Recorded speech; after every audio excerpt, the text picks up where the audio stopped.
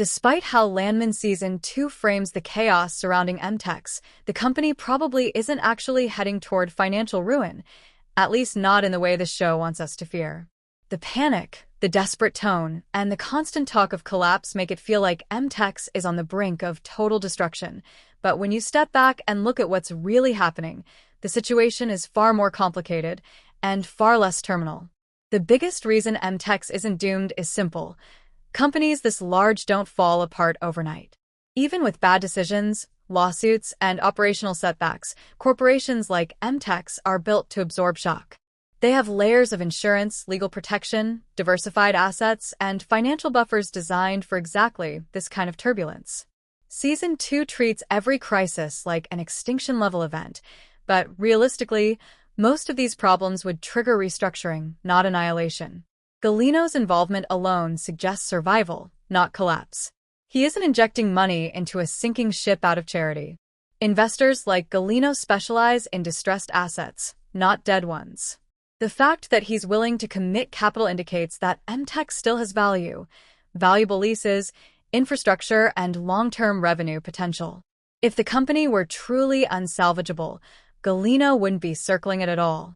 The offshore rig disaster is framed as catastrophic, but even that doesn't automatically spell financial ruin. Oil and gas operations are insured against blowouts, shutdowns, and environmental damage. While the legal and reputational fallout may be significant, those processes take years, not weeks. Season 2 compresses timelines for drama, making the consequences feel immediate and existential when they likely wouldn't be. Cammy's risky decisions also don't necessarily mean M-Tex is spiraling. They signal instability at the leadership level, not insolvency. Poor leadership can weaken a company's direction without destroying its foundation. In fact, many corporations survive leadership mistakes by outlasting the people who made them. Boards replace executives. Investors restructure control. The company itself endures. Even Tommy's apparent loss of authority doesn't threaten M-Tex's existence. If anything, it suggests the opposite. Systems are moving to minimize individual risk. Tommy being sidelined, questioned, or overridden indicates institutional self-preservation.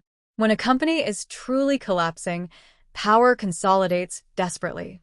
At M-Tex, power is dispersing, a sign of recalibration, not freefall. The show also leans heavily on emotional framing. We experience the crisis through characters who are personally invested. Tommy fears failure, Cammy fears losing control, employees fear uncertainty. Their anxiety doesn't necessarily reflect financial reality. Emotional panic often precedes structural collapse in storytelling, but in real corporate terms, it often precedes reorganization. What Landman Season 2 is really showing isn't financial ruin. It's a shift in ownership and influence. M-Tex may survive, but it won't look the same. Gallino's money likely comes with strings. Cammy's authority may shrink. Tommy's role may disappear entirely. The company remains, but the people who defined it lose power. That distinction matters. Survival doesn't mean victory. It means compromise. And that's a much more interesting and realistic outcome. M-Tex doesn't need to collapse to devastate its characters. Losing control, legacy, and identity can be just as destructive. The fear of ruin also functions as leverage. Gallino uses it. Cammy internalizes it. Tommy resents it. But fear doesn't always equal truth. Often, it's a narrative tool used to justify decisions that might otherwise seem reckless or unnecessary. Another overlooked factor is time.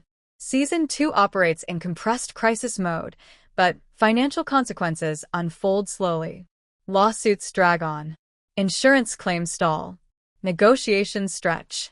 The show hasn't reached the point where outcomes are finalized, only where decisions are being made under pressure. If anything, Landman is setting up a scenario where M-Tex survives structurally but fractures morally and relationally. That's far more consistent with the themes the show has explored since Season 1. The oil industry doesn't usually explode, it corrodes. M-Tex may lose autonomy. It may lose leadership continuity. It may lose its identity. But financial annihilation? That feels unlikely. Too many powerful interests still see value in keeping it alive. So while Season 2 wants viewers to believe M-Tex is one bad decision away from total ruin, the evidence suggests something more nuanced. The company isn't dying, it's being transformed. And for the people inside it, that transformation may feel just as devastating as collapse. In the end, Landman isn't about companies failing. It's about people losing the illusion of control. M-Tex will probably survive, but it won't belong to the same people anymore. And that may be the real tragedy Season 2 is building toward.